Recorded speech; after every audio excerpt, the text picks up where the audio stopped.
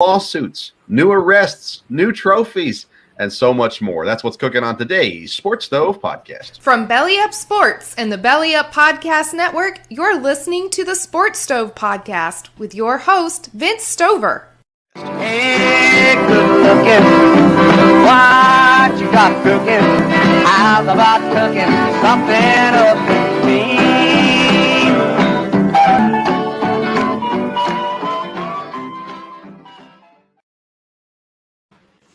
Welcome into an all-new Sports Stove Podcast. I'm joined, as I am usually, by my dad, Dale Stover. Dad, welcome back to the show. How you doing? Hey, thanks for having me again, and I'm glad to be here. Like I said, I'm excited about all these new things. We got a lot to talk about here tonight. Yeah, and I can't forget to mention new sponsors. In the Clutch is one of our new sponsors. They have officially licensed apparel for Major League Baseball and some NBA stuff. They're growing in what they have. Great T-shirts, some retro stuff in there too. So visit intheclutch.com. Use the code SPORTSSTOVE. You get 10% off your purchase. Again, that's intheclutch.com. Use the code SPORTSSTOVE for 10% off your first purchase. We're excited to be partnered with In the Clutch. And again, a lot of great stuff on their website, T-shirts, retro stuff, Dad. They've got some old, I've been meaning to show you this. They got some old Packer logo stuff. The guy with the football and all that kind of stuff running. They've got a lot of baseball stuff, and like I said, they're growing their NBA things as well. So officially licensed apparel, intheclutch.com, code SPORTSSTOVE, 10% off your purchase. I'm going to talk about another new sponsor a little bit later in the program, as long as I remember to say it. But like I said in the intro, we're covering a lot of new things in this episode. It's funny, Dad, we're getting through different parts of the leagues now, where you got the NHL playoffs, the NBA playoffs as well. Major League Baseball is in full force. The NFL is kind of in that weird dead time. Not a whole lot going on with them. And so it's been intriguing to kind of watch and see what kind of news breaks. And one thing we know about the NFL is when there's downtime, there's probably going to be some jail time. And so there is nothing new in the wide world of sports than professional athletes not knowing how to handle downtime. Jerry Jeudy arrested on domestic violence charges, held without bond currently. Don't know any other details as of right now. But I want to start with the general topic of professional athletes getting in trouble in the offseason. Because, Dad, I know it's something I think we've talked about. If we haven't talked about it on the show, I know we've talked about it in person before. But just the amount of trouble that adults get into when they have downtime, and specifically professional athletes, there's always several arrests in the offseason for different things. A lot of times it's involving alcohol. But in this case, all we know is domestic violence, which we are 100% against. But Dad, your thoughts on professional athletes? We know it's going to happen every offseason. Someone's going to get in trouble.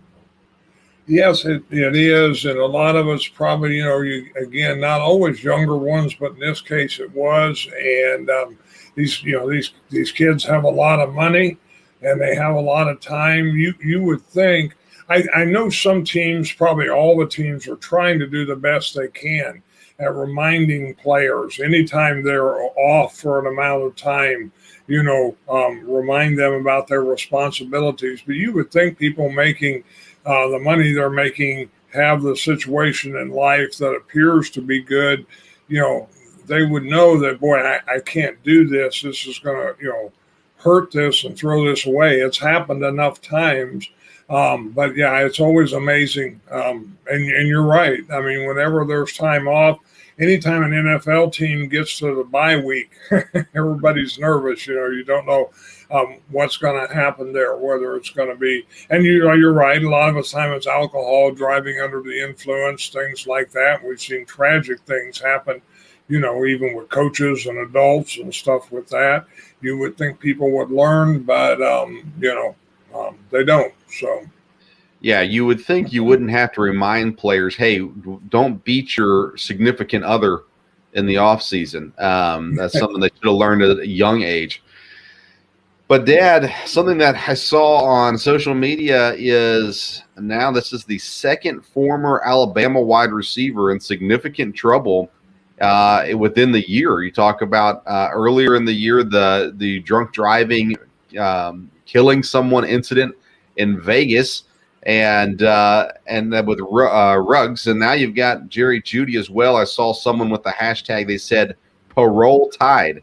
So there you go. That's a new one for you. Parole tied instead of roll tide. So there you are. I mean, it doesn't have anything to do with the University of Alabama, obviously, but it's disappointing at the very least to see that we continue. I mean, you would think people would be smart enough to learn from other people's mistakes, yet here we sit again. Speaking of mistakes, last year Jacksonville hired Urban Meyer as their head coach. That did not turn out. So much so that now kicker Josh Lambo is suing the Jaguars for a hostile work environment during the time that Urban Meyer was there. And we heard things about Urban Meyer's treatment of players and specifically kickers. And now here's a kicker that says, you know what, that time last year, I can't get that back. And I don't know if it's claiming, I've not read this, but claiming mental health situations or different things like that. But either way, Lambo says, I'm going to get something for my time last year with Urban Meyer. Is this surprising to you that now we've had a coach that is suing the league? Now we have a player suing his team because of the former coach's work environment? Well, I mean, at this day and time, everybody that thinks they can get something, is going to sue people. It's very easy to do. There's always people that want to do it, and plenty of lawyers, I think, that want to help with that. And so, yeah, I don't know that anything is really surprising from there. I mean, I think Jacksonville, again, has gotten rid of him. I don't know that Jacksonville has a lot of liability. Urban Meyer may, but I don't know that Jacksonville does. But whenever there's lawsuits, the lawsuits go where the most resources are that they can get. And it's always been that way. Yeah, Lambo saying that when he reported the situation, nothing was done. So it took a while for things to come around and for them to finally fire him. Says it impacts his ability to sleep, practice, and perform his duties at a high level that he had with the Jaguars under the previous coaches. It also alleges that Lambo suffered extreme emotional and mental distress, and Lambo is seeking any back pay owed, damages, and other legal fees. He did receive, though, his full $3.5 million salary from the Jaguars because he was a veteran. So I'm not sure what he's owed back. But needless to say, Josh Lambo, and I'm reading this from ESPN, Michael DeRocco wrote the article. So, yeah, it's that thing that the Jaguars are going to have a hard time getting away from until they start winning, right? Until they start winning, you're going to hear about Urban Meyer and the Jaguars. But if they can start winning, quickly all the attention will be turned to Doug Peterson and the winning Jaguars, as long as they don't give them something else to talk about along the way. Let's see here. Other NFL news. The Patriots, they give up on Jarrett Stidham. They trade him to his old offensive coordinator, Josh McDaniels, in Las Vegas. They get Stidham and a 7th-round pick in exchange for a 6th-round pick going back. Stidham, at one time, Dad, people thought he was going to be the heir apparent to Tom Brady, but he couldn't even beat out Brian Hoyer for the 2nd-string job. Now he goes to Vegas to compete for the backup job out there. How long until you give up on a guy, especially a quarterback that I don't remember, was he drafted 3rd round? I feel like he was drafted in the upper half of the draft at the very least. But how long do you give a quarterback before you say he's not worth having on the roster anymore? Well, it depends on your quarterback situation. I think, New England, since they, hit a home run, it looks like with Mac Jones, that really changed, their situation. No one's going to be vying for the starting job right away. They do need a good backup because you can always have injuries. I think, again, every team, excuse me, and every coach would be a little different. And we know that the coach of the Patriots is definitely different there. But, I think when they invest in someone and draft someone, they want to give them every chance they can But when it comes to backup quarterbacks, I think there can be choices there. And if you're not looking at somebody that's going to be the heir apparent when you have a young quarterback like the Patriots do, then, it can be financial reasons. It can be whatever you make a move. Yeah, of course, they still got Hoyer on the roster. They drafted the kid from Western Kentucky this year as well. So that made Stidham very available. And the Raiders really didn't have to give up anything to get him. And McDaniels knows him. He knows McDaniels' system. So maybe it works out. Maybe McDaniels had more faith in him than Bill Belichick did. And, but at this point, he's still back up. Derek Carr's the quarterback in Vegas. They signed him to a big contract, so he's not going to press for the starting job there. But again, McDaniels knows him well, so it makes sense if you like him to go get him. But I think Nathan Peterman was in the news this past week signing with the Bears. How is he still in the league? I mean, there are guys that are just there's no way they're ever going to be a starter, and you need backups. You got guys like Tim Boyle, and even the Packers have a third-string quarterback now that's not going to ever be a starter in the NFL. So there are guys around. It kind of brings up, Dad, we don't talk about Colin Kaepernick that often, but if you got guys like Tim Boyle, you got guys like Jared Stidham in the league as a backup. Now, again, we don't know what the demands are for Kaepernick or anything like that, but I mean, other than the backlash that you're going to get for signing Kaepernick, it makes sense that he would be on a roster as a backup if he's willing to be a backup, doesn't it?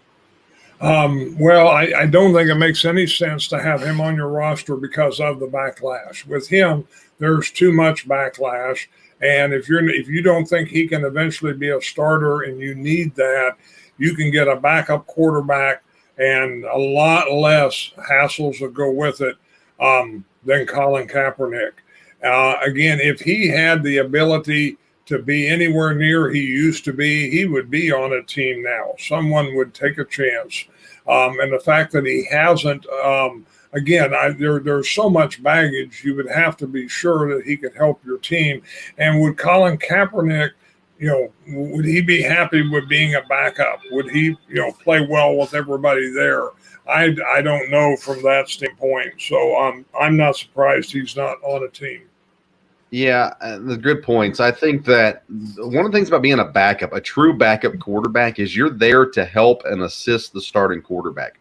You're there to make his job easier and better and to do what he needs you to do. I'm not convinced that Kaepernick could be that. I think he could be a talent on the roster that could maybe give you stuff in practice that could be helpful and things like that. But I don't know that he has the mindset or the desire to be a help to the starting quarterback versus being a competitor to the starting quarterback. And you need that too. You need someone to push. But we all know everyone's favorite player on the team is the second string quarterback. Everybody's ready to see the next guy.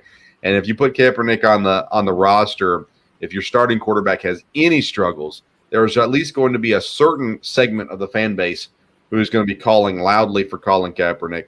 I think you're right. I think because of his baggage, it doesn't make any sense. You said it perfectly. Unless he could be a starter on your team, it doesn't make any sense for him to be on your team. And what's his talent level like? We have no idea. He can throw to a wide open college receiver at a college practice. He can be a great publicity stunt. Can he be a starting quarterback in the NFL? Who knows? Let's see here, Dad. The other news kind of came off the field. Big news this week is Fox announced that they have signed Tom Brady to a massive contract for when he retires. We don't know when that's going to be, but he will be the color analyst to go along Kevin Burkhardt on the Fox booth, which we assume it's Greg Olson is going to be that guy this year, as he was with Burkhardt last year in the booth, and they do a great job together. But Brady, after Fox says goodbye to Aikman and Buck, they got a backup plan, and it's a pretty big one with Tom Brady. I want to start with this thing. I heard this today on a show. A caller actually made this point, and he said a lot of people don't like Tom Brady. Their fan bases, they don't like him. He's a cheater, and for different reasons, personality reasons, whatever it may be, people don't like Tom Brady. So is there a chance that this idea that Tom Brady is a huge draw could fall flat before he even has a chance to speak in a game broadcast just because people don't like him? Or do you think at the end of the day, people can get over their dislike of the player Tom Brady and respect at the very least his knowledge and what he brings to the broadcast?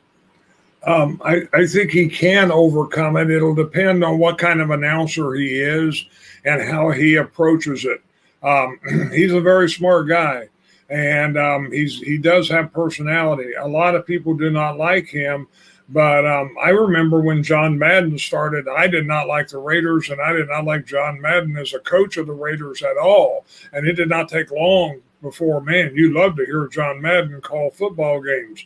So I think Brady, there will always be some people, definitely there'll be a lot early on that'll say, I'm not interested in watching that because, I don't like Tom Brady.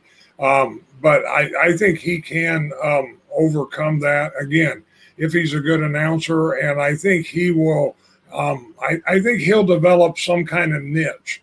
I thought about it today, and I've heard a lot of talk, in the last couple of days.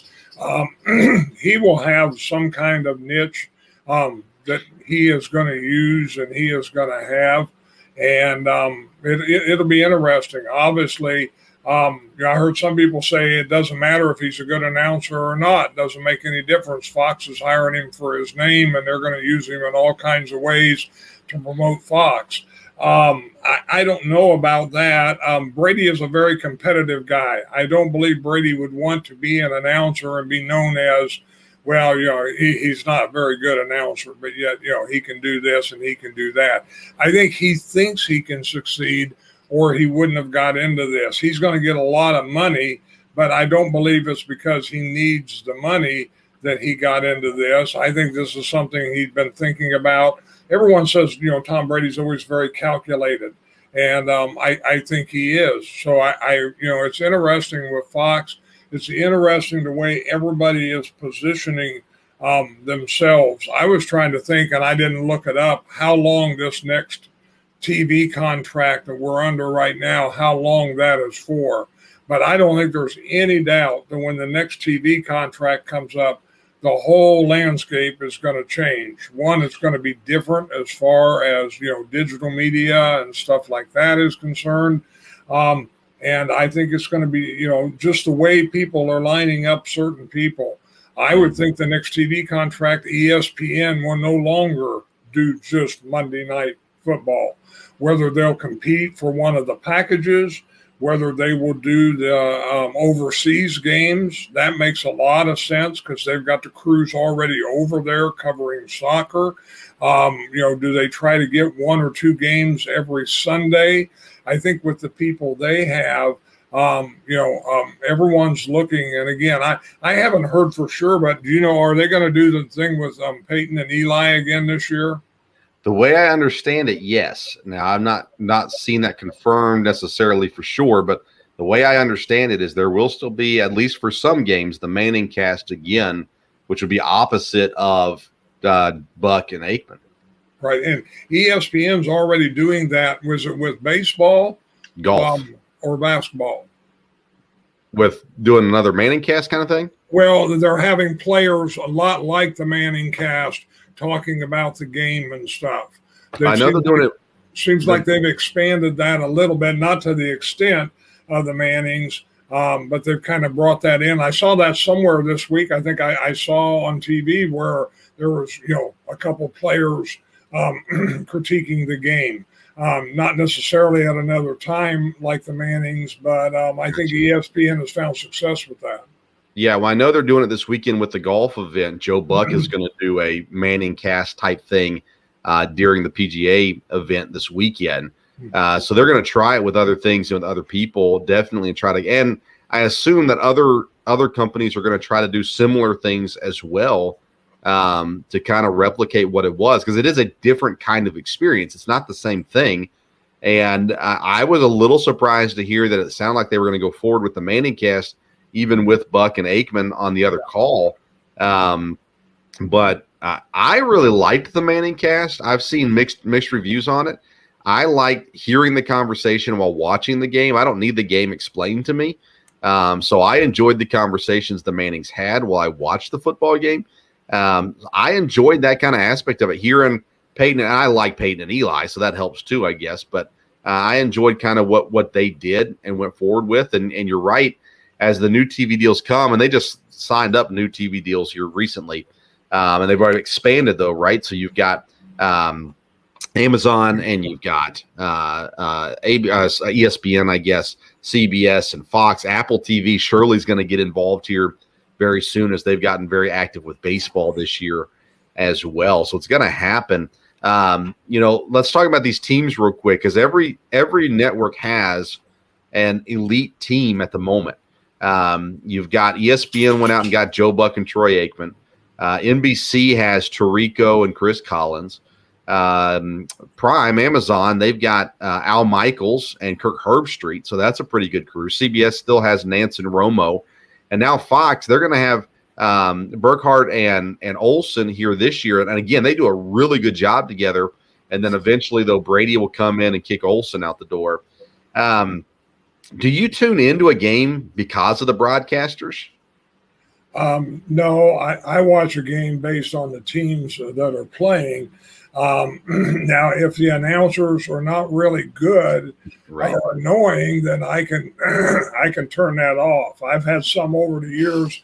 I just didn't like listening to that. Well, I never liked Tom Brookshire. I never liked some of them like that. But I don't know that you tune in just to hear the announcers. The closest thing they've come to that would be the Manning cast, to come in and hear, Peyton and Eli. But I think it's gotten very competitive now that the NFL has changed, that it's not one network has the AFC and one network has the NFC, where it used to be, boy, if you're going to watch an NFC game, then you're always going to see, these main announcers. That has really changed things, and I think that's going to continue to open it up. And as they have more flex games, they've talked about, are they going to flex Monday nights this year? I have not seen for sure on that. I think they have. I think they will. Yeah, if they can overcome that problem, which, there obviously is, and that's obviously a TV thing, because for fans, boy, you plan on a Monday night game and, got your tickets and travel and everything, and all of a sudden, no, that one's going to be on Sunday at noon and whatever. I mean, local fans, sure, that's going to be fine. But again, TV is what's driving this, no doubt about it. There's still a lot of money to be made on, I think, at the ball game on Sunday, obviously with concessions, with jerseys, with everything like that. But I know I've got a friend that always points out to me, hey, this team can make all the money they want if no one comes to the game, because the TV money, the owner's already set. So it's interesting. Yeah, and I think with the Monday night and even the Sunday night flex, I think it has to happen so far in advance, at least 2 weeks in advance, and so it's got to make things happen quickly. Sorry for the extra noise. There, the dogs are going nuts. But that being said, now that every station has elite duos, I wonder, if you're talking about, I would assume the CBS game of the week and the Fox game of the week won't be airing at the same time. So you'll have Nance and Romo on the early game, the Fox guys on the late game, or the other way around, whatever it may be. But that'd be interesting to me, because if I have a game, it's not Green Bay, 2 games going, and I have to choose between Nance and Romo, Burkhardt and Olsen, for instance, this year, I like Burkhardt and Olsen. I don't mind Romo and Nance.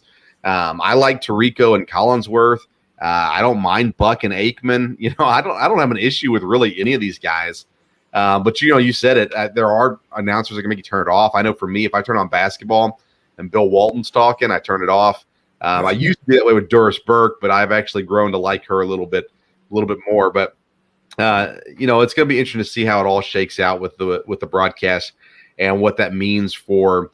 Like you said, the next contracts that come up for the stations to pick up things. I wonder if ABC gets back in the game a little bit, Dad, because they're owned by ESPN. So now that they have Buck and Aikman, maybe we see ABC get back into Monday Night Football or Sunday football as well. we're going to see expansion. I mean, you got Thursday night football. You've got, I think we're going to start seeing more Saturday games in the days to come, maybe additional Monday night games. So you got a Monday night game on ESPN and a Monday night game on Amazon or something like that at some point in time as well. A lot of things can happen when it comes to those things. Do you think that this thing with Brady will affect how long he's going to play football? Do you think this will have any effect on that? No, I think he's already decided. I think he's playing one more year. I mean, he already retired once, so he's already got 1 foot out the door. So I think it's another year. I almost wonder, Dad. I almost wonder if he's coming back to win a Super Bowl with a third head coach. He's won with Belichick. He won with Arians. And I almost wonder if part of him says, hey, if I come back and win with a third head coach, what does that prove about and I don't think he doesn't need to prove anything. I don't know why he came back. The NFC South is not strong at all this year, so it's an easy division. But he still has to go through a pretty tough, I think, at the end of the day in the playoffs and things like that. I don't think it's easy in the NFC. It's harder in the AFC, no doubt. I don't think the Bucs go to a Super Bowl this year. I don't think Brady has as much success as he's had in the past. And I think the fact that he chose to retire once proves that he's on the downward decline. So I think it's a mistake that he's coming back this year. Now, will he still have an okay season? Sure. Will he still win the division? He should. Those kinds of things. But I just don't. I think that he's already decided I'm going to come back for one more year for whatever reason, whatever that reason is. Come back for one more year, and then I'll go to the booth. I would be shocked if he told Fox, hey, I don't know when I'm going to retire. I'd be shocked if he told Fox that, hey, I'm still going to play for 3 more years. Because it wouldn't have made sense for Fox to do this at that point, other than TV contracts, of course. And sponsorships. That helps the sponsorships, no doubt, as well. So, I don't know. We'll see. Any other NFL topics you want to discuss before we move on? No, I think that's pretty much it. Like I said, for being a dead time, there's still always a lot going on. And, we're heading, not too far off from training camp and everything. So, and I still think there's movement to be done with some of these quarterbacks, and there's still free agents out there. It's going to be a little bit, going on, but we'll see. We will see. Let's continue talking about football. There's some news that the ACC is discussing schedule changes to where they'll play 3 permanent opponents every year. And then the other 10 teams, they'll split 5 and 5, play 5 one year, and then the other 5 the next year. The idea is it allows you to play the other teams in the conference more often than that. Is that a schedule plan that you like? Do you think that's a positive thing, a good thing? Or do you think it matters at all? What's your thoughts on that? When I read it, I thought that was a good idea. I think it's good. I think it helps. It definitely will help the conference. I heard them say right now a player can be on a team and maybe not play one of the other teams in the conference during his career, college career. But I don't know if it's as big a deal for players as it is fans. I think when you got colleges, if you're in the ACC, you want to play Clemson. You want to play Florida State. You want Miami to come and be involved. So I think, from there, to me, it makes a lot of sense. It strengthens the conference. It strengthens the fan base. Helps everybody probably a little bit, with recruiting and that. And to me, it sounded like it made a lot of sense, and it strengthens the conference. I don't think it'll be too hard to decide who the permanent opponents are. I know in some conferences that would be a real question because, everybody's a rival with certain teams. But I think it makes a lot of sense, and it helps the ACC, or should. Yeah, you think about the SEC, they're growing with Texas and Oklahoma in a couple of years. They're going to have to change up something as well. So this kind of getting rid of divisions, I think it makes sense. I actually liked it a lot when I read it. I wasn't exactly sure what it meant at first. I started reading through, and I was like, oh, that's actually a really good idea. And, you can keep your rivals together for the most part. But if you don't, they're going to play every other year still. So it's not like the end of the world, I suppose, depending on what that is. You're still going to want Florida State and Miami to play every year, but Do you need Clemson and Florida State to play every year? I don't think so. So I think you can do some different things with that. And for teams that don't want to play Clemson, they at least get a year break unless they're in that group of three that goes on and has to play them every year as well. So NCAA football coming along, and more to come with that as the year moves on as well. NCAA basketball, Dad, Tennessee, they signed the final 5-star commit of the year to play for next season.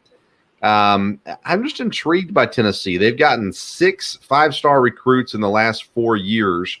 I want to start with the Tennessee side of this, and why, how? They're still not had as much. They've been much better, not as much success as you want to have with getting the recruits that they've been getting. Well, I think with Tennessee, and again, I'd be a little prejudiced because I'm a little bit of a Tennessee fan, but I think they have a great fan base. They have tradition even in basketball. And I think Barnes is just a really good coach. So I think when you look about somebody there, and I think they have sent some players to the NBA, probably not as much as some schools, but I think they're heading more in that direction. And from what I understand, this recruit very easily could be a one-and-done type of guy from there. So, again, Tennessee, I think, when you visit Tennessee, again, I think, it's very rabid fan base. Even for basketball, they've gotten to where, they fill that place back up again all the time.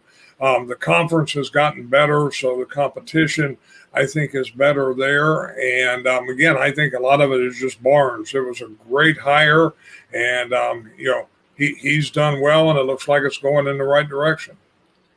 You said a great fan base. I was born after the heyday of Tennessee basketball. I was probably 10 years old before I realized Tennessee even had a men's team. All they heard about was the girls' Tennessee basketball and Tennessee football. I heard about girls' basketball and football growing up in Tennessee, not Tennessee basketball. But nonetheless, now that they're doing well, I think the fan base is really good. I think there was probably some years there where it wasn't super loyal. So some interesting things about this player, though. Julian Phillips is his name. He comes in. He was previously committed to LSU.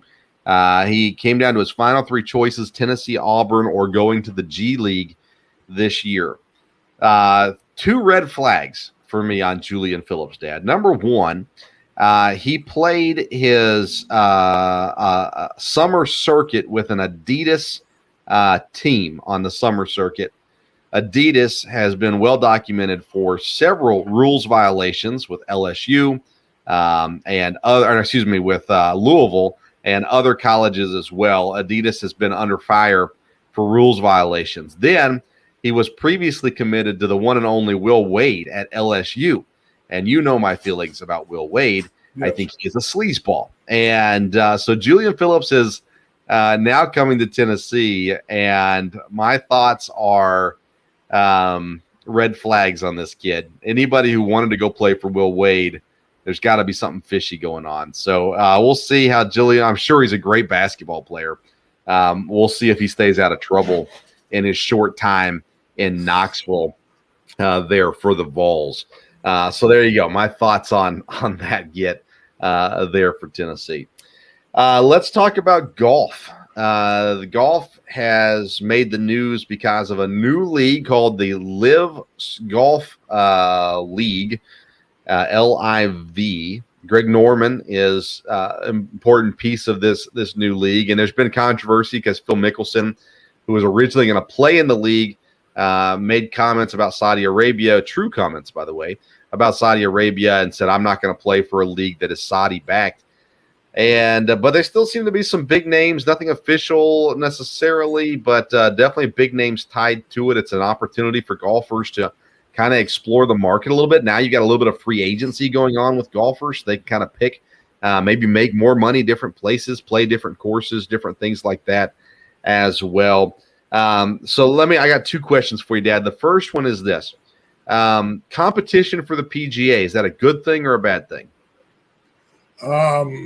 probably will be a good thing. The PGA, has kind of never had competition, I don't think, and a very, they have a lot of tradition with certain things with the Masters, obviously, and stuff like that. It'll be interesting. They haven't had that. There's always talk about that in all professional sports, and I kind of wonder if this is going to open the door, if this league is successful, for other sports to say, hey, we can have another league here if we need to. But how successful it'll be, I don't know. I'm sure they'll have a television network, behind it, be able to, televise the games or the matches, and it'll just depend on who all they have, in it from there and where they play. Because with golf, there's a lot of interesting. I don't watch a lot of golf, but when you do, you like to watch sometimes certain courses. There are certain things that are just, make it more interesting from there. And sometimes, I know that they don't call it the British Open anymore. That was always kind of interesting to watch because those courses were different over there. It was a little different watching them play over in Ireland or England. You're old enough to remember competition for the NFL and competition for the NBA. Ultimately, didn't work. I mean, long term, they got shut down. They were around for a little bit since then. Excuse me. There has been really no competition for the NFL. They've had leagues come and go, but ultimately, the idea of a spring league makes more sense than an actual competitive against the NFL league. The NBA has nothing going after it. NHL has nothing going after it. The closest thing I can think of is mixed martial arts. You've got the UFC. Do you even know? I'm just curious because you don't watch a whole lot of UFC. Do you even know who the UFC's competition is? I should be able to come up with it, but no, I don't know right off. I know there's MMA matches that aren't necessarily UFC, but I don't know the name. So Bellator is one of the bigger ones. You've got one as well that's more of a Asian league, but it's competitive with the UFC too. So you've got a couple leagues, and they do okay. They survive. They're making money. The fighters are making money, stuff like that. But ultimately, everybody goes, the UFC is the it league. That's where you want to be. So I have a hard time, but I don't know. Golf is maybe different. Maybe golf works. Maybe it doesn't matter if there's multiple stuff going on. You compete television-wise, but if the golfer's making money, what does he care? If he's making the same or more money in the live tournament than he would in the PGA tournament, then he's probably pretty happy, I would guess. And maybe ultimately they go back. Right now you're seeing guys who've been in the PGA for a while. Their names are connected with that, so maybe they're just going to give it a try. Maybe Greg Norman is what it is that carries them over there, where they say, hey, I like Greg, so I'm going to go with Greg. Ultimately, though, Dad, I just see it as a failure. I think it's going to have a hard time surviving, at least as to ever make it to what the PGA is. I think it is highly unlikely for that to happen because of what we've seen from other leagues in other sports as well. My other question, though, was, Phil Mickelson made the comments about Saudi Arabia being involved in the immorality and the all kinds of stuff that goes on within the Saudi government. If you're gonna turn on the TV and there's golf on, and you have to choose between the PGA and the Live, and players on both state channels, will Saudi Arabia's involvement have any effect on whether or not you watch the Live golf tournament? Probably not. It probably should, maybe, but probably won't. If it's on a regular network and everything, probably not. Yeah, it's funny. We get it. We have a cancel culture and things like that, and people are always boycotting something. At the end of the day, if you're going to be non-hypocritical and boycott stuff, you're going to have to boycott everything because there's something wrong with everybody. So, to me, it matters who's golfing, and the availability to watch it is what's going to matter the most to me. And if it's someone I want to watch golf and it's at a pretty cool course and it's on TV, I'll probably watch it. Otherwise, I'm not going to go out searching for the Live tournament Just like I don't go out searching for the PGA tournament either. Okay, Dad, let's get to the NBA. Let's start with NBA playoffs, and some interesting stuff happened. Memphis blew out Golden State last night, and at a moment towards the end of the game, the fans were waving the towels and dancing and having fun, and Draymond Green, part of the losing team, decides to have some fun and dance and wave his towel as well.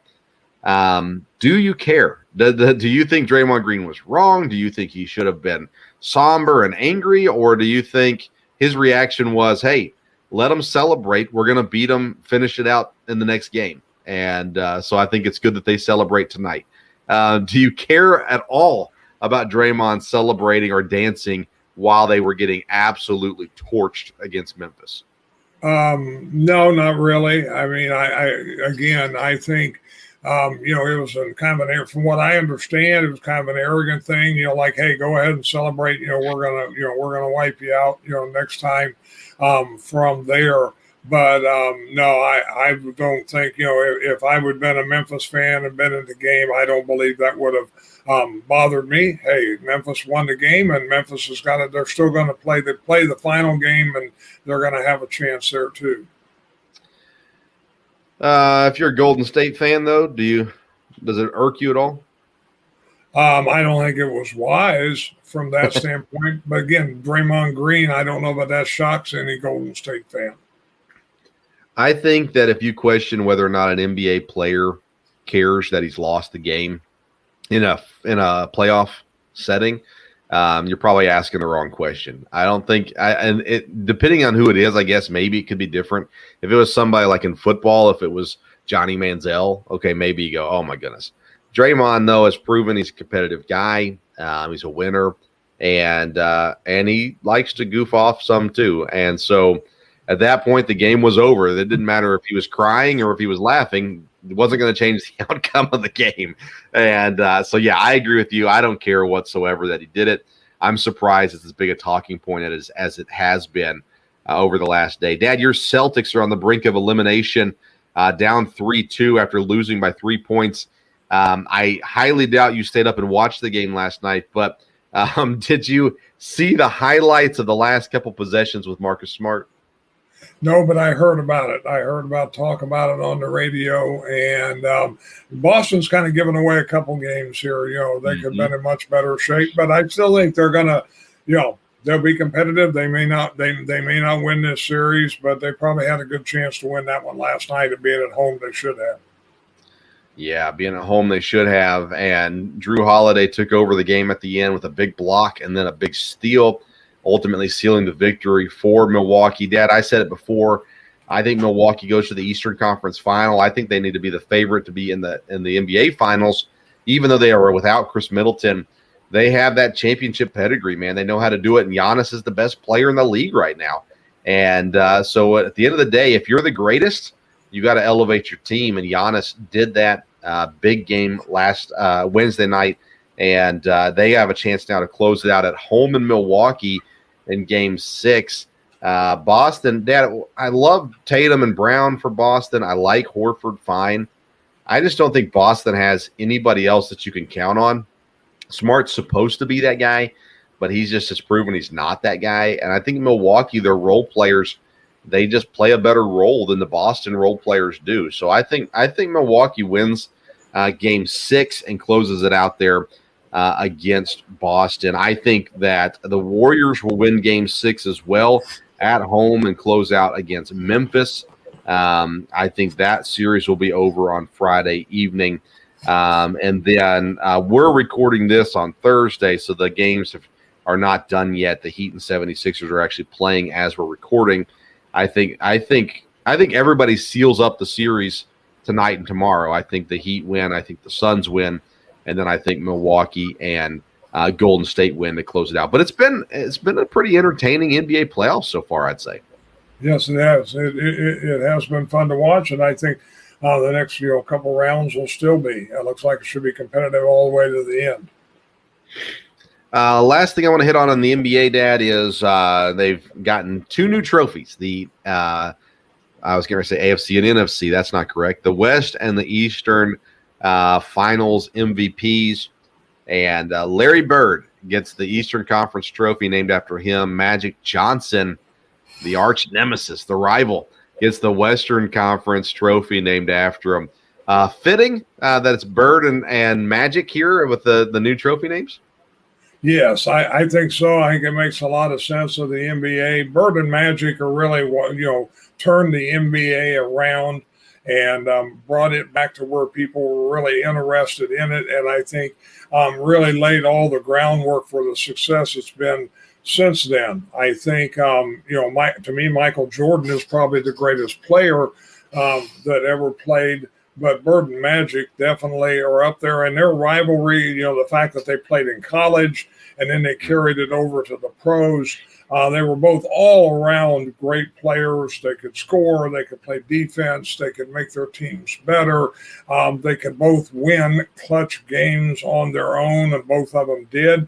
They had a great rivalry against each other, yet they were always had, they've always gotten along. They've never hated each other or anything like that. Both respected each other.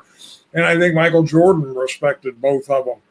From there too, and they did a lot for the NBA, and I just don't see how you can argue with the MVP of those series as being named after Bird or Magic. I mean, there were just so many years. I mean, I always remember Memorial Day. We worked at camp, and that was kind of the last day off before camp started. And I always remember, you knew Memorial Day, you were going to watch the Lakers and the Celtics play. That's just what it was going to be. And it was for so many years. And it was always entertaining. Well, there you go. Bird and Magic continuing to have their names written down in the legacy of the NBA, and new trophies added. I think it's good they did it. I think it's always good to hand out more awards rather than less awards in many ways, as long as they're earned, and these will be earned as well. Dad, I meant to mention this earlier, but we have another sponsor that we're adding to the program, and that is Elementor. If you are looking to build a website, if you need a website, Elementor is the place for you. They have live drag and drop editors. They have all kinds of widgets. They've got pixel perfect design as well. They make it very simple and affordable. They host your website as well as help you build your website. So Elementor is a great way if you need to build a website. And the way that you can help the Sports Stove out is there's a special link, and it is for you in the YouTube and podcast notes. And you can click there on the Elementor link there for you, and it'll give you all the information that you need there to build your perfect website. Of course, we're also partnered with In the Clutch, a licensed apparel company. Lots of Major League Baseball, NBA, some NFL stuff as well for you on there. Some really great stuff. So go to intheclutch.com and use the code SPORTSSTOVE for 10% off your purchase on intheclutch.com. Again, that's code SPORTSSTOVE for 10% off your purchase. Dad, anything else you want to cover before we hit the road tonight? Well, the one thing I was going to add, and it is in the NBA, so it kind of fits in what we were just talking about. This week, a real legend in the NBA passed away, a player by the name of Bob Lanier. And I know that was way, way before your time, but he was a great player back in the day. He played for St. Bonaventure in college, and they went to the Final Four, and then played for the Pistons, I believe, for a long time, and then ended up with the Bucks. And I remember, I think I still have it, there was a cover on Sports Illustrated with the top players, senior players that year in college. And Bob Lanier, I remember his picture being on there, St. Bonaventure. And actually, I believe Dan Issel from your neck of the woods there in Kentucky was on that cover also there. And Bob Lanier was a great player. But when I heard that he passed away, the first thing I always thought of Bob Lanier was, there was one thing you thought of with him. And so I read the article, and I thought, well, let me see if this comes out in the article. And sure enough, it did. Bob Lanier had size 22 sneakers. And wow. He just had a huge foot, and his sneakers are actually in the Hall of Fame. Long before he passed away, they have them in there because they were very unique. As I was reading this article, it was interesting. Converse, who would have made the sneakers then, have disputed that and said that he wore an 18 and a half, and that the 22 shoe was a Korean size. And that's kind of interesting. Converse would go after that. But when I thought of Bob Lanier, and when most people thought of Bob Lanier, you thought of the size 22 shoe. But he was a great player. He battled with all the big men and was very successful there. Well said. Well said. Yeah, he was definitely before my time. Yeah. But Dan Issel, now I've tried to get Dan Issel on the show, Dad. It has not worked yet, obviously. But Issel leads a movement to get an NBA team in Louisville. So I've been trying to get him on to talk about that. Maybe someday we'll succeed. We will see on that. We are going to have no show on Monday. So we normally drop episodes Monday, Wednesday, and Friday. But due to other obligations, no show on this Monday. We will have a brand new Sports Stove local hour on Wednesday. And then another new episode coming out next Friday. So make sure you tune in for those. Of course, you can find, if you're listening to this on YouTube or on Belly Up TV, you can find the podcast version wherever you get your podcast, the Sports Stove Podcast. And again, we do air the show on TV every Monday, Wednesday, Friday, 7 a.m., 2 p.m. on Belly Up TV. You can find that on the FOXD network on your Roku or Tiki Live on other streaming devices as well. You can always look it up on your web browser at bellyup.tv. And Dad, exciting news as well for me. I've already been doing play-by-play for a football league. We're adding a second football league that starts up this Tuesday, and then we're adding a basketball league. Dad, I'm really excited about this. It's a Florida basketball league, but next year they're adding teams from Georgia, Kentucky, and Michigan to their league. So we're going to start broadcasting basketball games on Belly Up TV as well. And I'll be a part of those broadcasts, at least some of those broadcasts as well. So a lot of things happening up in the Belly Up media world. Make sure you check out bellyupsports.com and get all the information there as well.